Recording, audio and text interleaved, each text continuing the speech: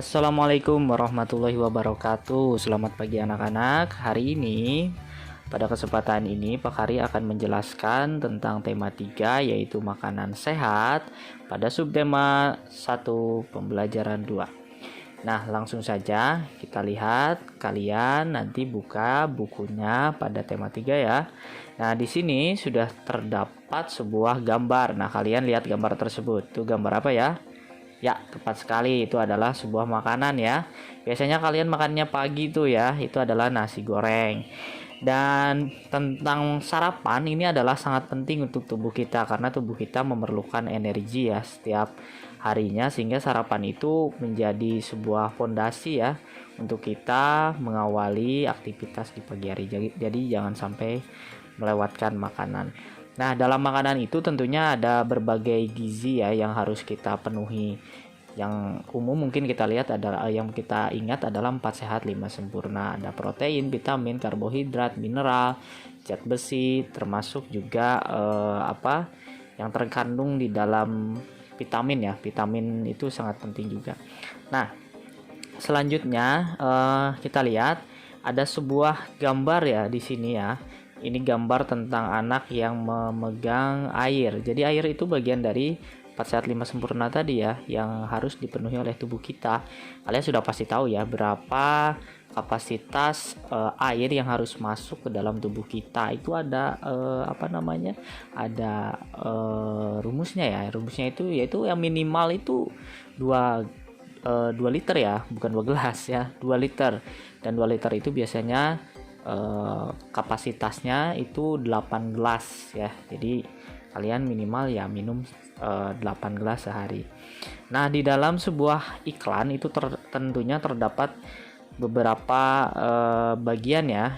Yang pertama itu ada gambar tentunya ya. Gambar itu harus menarik karena iklan ini kan gunanya untuk menarik seseorang atau menarik orang ya, supaya mau mengikuti apa yang dikehendaki oleh iklan tersebut. Seperti dalam iklan ini ya, tampak menarik kan ya. Ini anaknya sedang memegang gelas, terus gelasnya itu dinamis ya, ada cipratannya seperti itu ya. Terus kata-kata juga ini merupakan bagian yang penting ya. Jadi kata-kata dalam iklan itu harus bersifat persuasif. Apa itu persuasif? Nah, persuasif itu adalah kata atau kalimat ya yang bisa mengajak orang mengikuti apa yang mereka inginkan ya. Misalkan di sini, pentingnya air untuk kita, tubuh kita memerlukan 2 sampai 2,5 liter air ya setiap harinya. Nah, itu merupakan sebuah kata ajakan untuk meminum air sekian gelas atau sekian liter. Jadi itu adalah kalimat persuasif ajakan. Biasanya ada ciri-cirinya ya, seperti kata-kata ayo, misalkan ayo minum 8 gelas sehari ya, itu adalah kata-kata persuasif ya. Atau lakukanlah, nah itu adalah kata-kata persuasif, kata-kata ajakan ya, seperti itu. Juga kata-katanya juga harus menarik ya. Kalau misalkan desainnya ya itu harus berwarna atau harus cerah seperti itu. Disesuaikan dengan temanya seperti apa. Nah, itu bagian daripada struktur iklan ya. Jadi nanti setelah itu kalian kalau sudah paham mengenai iklan ya, tentang iklan air tadi ya, yang merupakan bagian daripada 4 sehat 5 sempurna ya, kalian menjawab sebuah pertanyaan yang ada di halaman 13 ya, bertutur tentang apakah iklan tersebut. Tadi kan gambar tuh di halaman 12 ada gambar. Nah, tentang apa ya itu iklan tersebut, terus kepada siapa iklan tersebut ditujukan ya, siapa subjeknya ya, orangnya apakah dewasa ya, apakah anak-anak atau keseluruhan ya, semua umur ya. Itu kalian pelajari ya, pikirkan apakah untuk siapa iklan tersebut ya. Terus apakah makna dari gambar yang ditampilkan di iklan tersebut ya. Jadi maknanya itu apa ya? Makna itu arti ya. Artinya apa sih iklan itu, untuk apa ya? Gitu ya. Itu harus kalian jawab juga. Menurut pendapatmu, mengapa pembuat iklan memilih kalimat dan gambar tersebut? Nah, sudah Bapak sampaikan tadi, nanti kamu bisa menjawabnya. Mengapa sih kalimatnya harus persuasif agar titik-titik ya. kalian harus menjawabnya seperti itu. Nah, untuk yang di bawahnya karena memang sekarang lagi pandemi ya, jadi nggak bisa berkelompok, untuk sementara dilewat dulu yang ada kolom ya. Jadi ada tabel, dilewat dulu yang bawahnya. Cukup kalian menjawab yang halaman 13, yang atasnya saja yang ayo berdiskusi. Nah, selanjutnya dibuka halaman 14 ya. Kalian di sana bisa juga melihat sebuah gambar ya. Gambar ini adalah gambar sistem pencernaan manusia ya. Tentunya kalian kemarin pada pembelajaran sebelumnya sudah mempelajari sistem pencernaan pada hewan ya, pada hewan sapi. Nah, sekarang kita mempelajari tentang sistem pencernaan manusia. Ada beberapa tahapan tentunya pada sistem pencernaan manusia di tubuh kita, walaupun kita tidak pernah melihatnya ya secara langsung. Namun tentunya ada ya di pelajaran biologi ya, tentunya kalau misalkan kalian nanti sudah dewasa, nanti kalian bisa bisa melihat secara gamblang ya. Di sini juga kalian bisa lihat itu ada mulut ya, ada kerongkongan, lambung, usus halus, usus besar, dan anus. Ada beberapa tahapan dari sistem pencernaan manusia.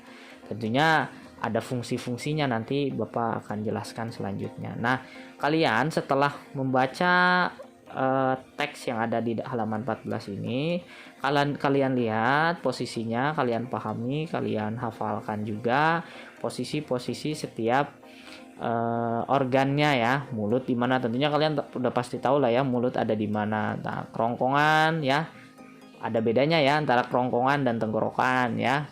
Kerongkongan sistem pencernaan ya. Nah, lambung terus ada di mana itu lambung. Biasanya lambung ini bentuknya seperti apa? Nah, seperti ini nih ya, kalau misalkan kalian suka lihat iklan promah ya. Nah, biasanya ada lambang lambung ya. Nah, ini lambung tuh seperti ini bentuknya ya, yang ada di halaman 14. Lalu usus halus ya. Usus halus itu adalah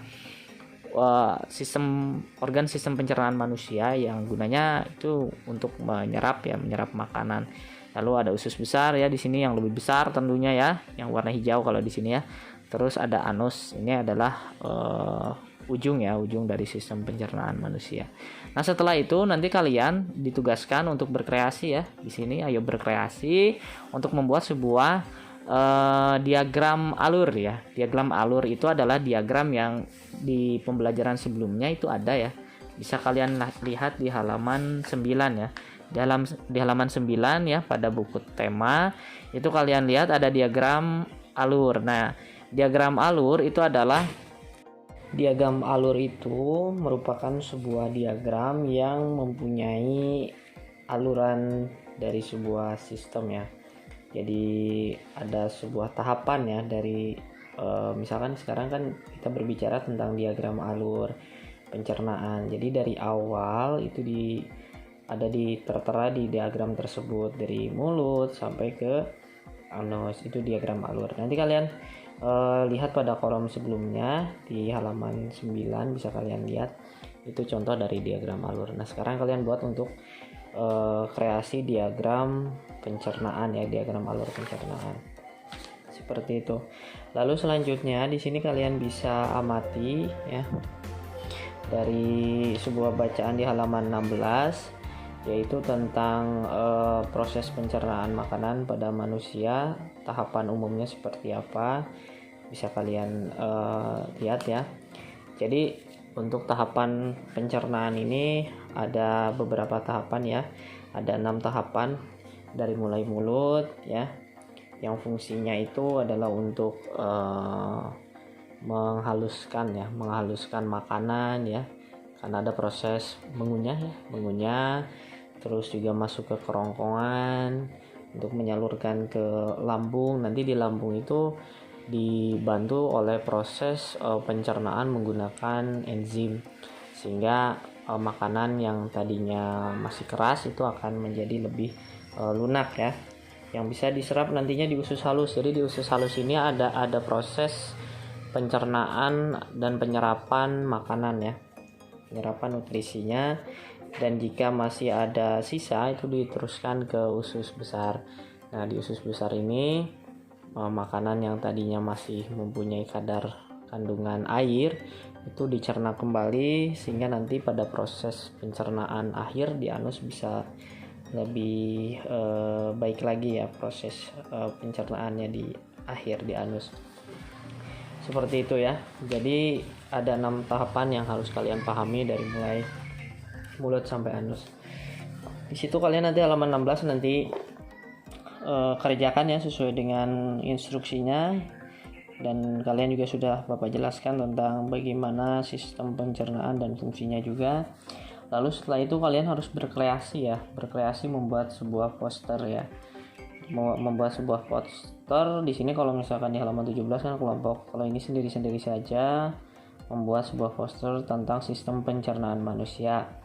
Setiap organ dalam sistem pencernaan dibuat dengan warna yang berbeda agar mudah dimengerti. Jadi nanti kalau misalkan mulut ya itu warnanya apa, terus misalkan lambung warnanya apa, sebelumnya ada kerongkongan warnanya apa juga harus diwarnai ya, sampai ke anus nanti. Itu juga tugasnya. Lalu di halaman 17 masih ada, itu kan kalian sebelumnya di halaman di pembelajaran sebelumnya kalian mempelajari tentang sistem pencernaan hewan ya. Nah, kalian harus membandingkan apa persamaannya dan apa perbedaannya pada proses pencernaan. Organnya apa yang sama ya, yang bedanya apa, terus proses pengunyahan makanannya seperti apa. Kalau sapi ya, kemarin kan belajarnya kalian kalau di hewan itu sapi ya, persamaannya apa, perbedaannya apa. Lalu proses penyerapan sari makanan di dalam perutnya ya, di dalam sistem organ pencernaannya seperti apa. Lalu hasil daripada proses pencernaannya di anus itu seperti apa hasilnya, proses pengeluarannya ya, seperti itu. Dan selanjutnya ya berkaitan dengan makanan. Di sini ada sebuah nyanyian ya tentang hidup sehat, menyambung daripada tadi proses pencernaan, terus sebelumnya ada makanan ya. Sekarang kita akan menyanyikan sebuah mars hidup sehat yang bisa kalian dengarkan berikut ini.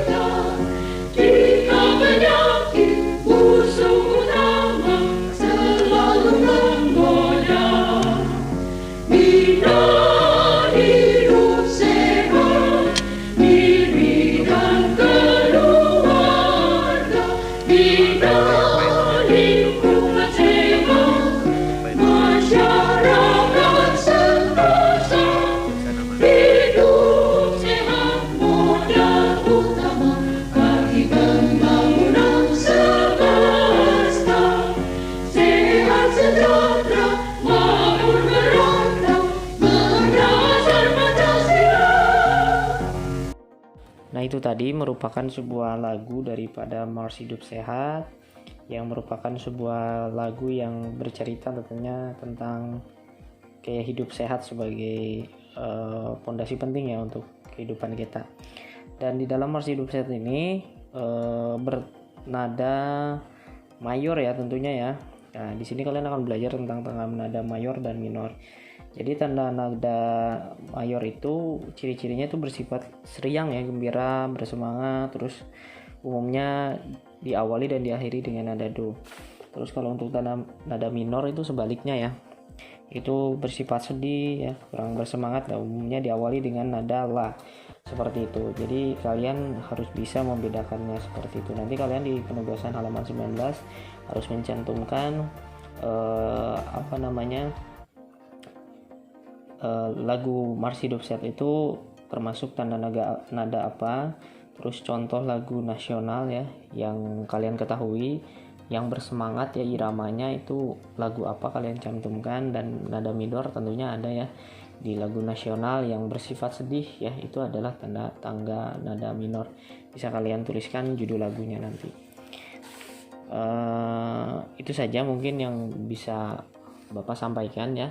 Jadi dikerjakan nanti tugas-tugasnya, ditulis di dalam buku tugas, lalu nanti dikumpulkan pada hari Jumat ya.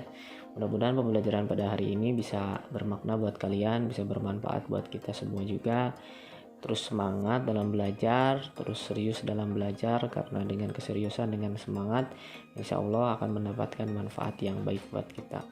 Wabillahi taufiq wal hidayah. Wassalamualaikum warahmatullahi wabarakatuh.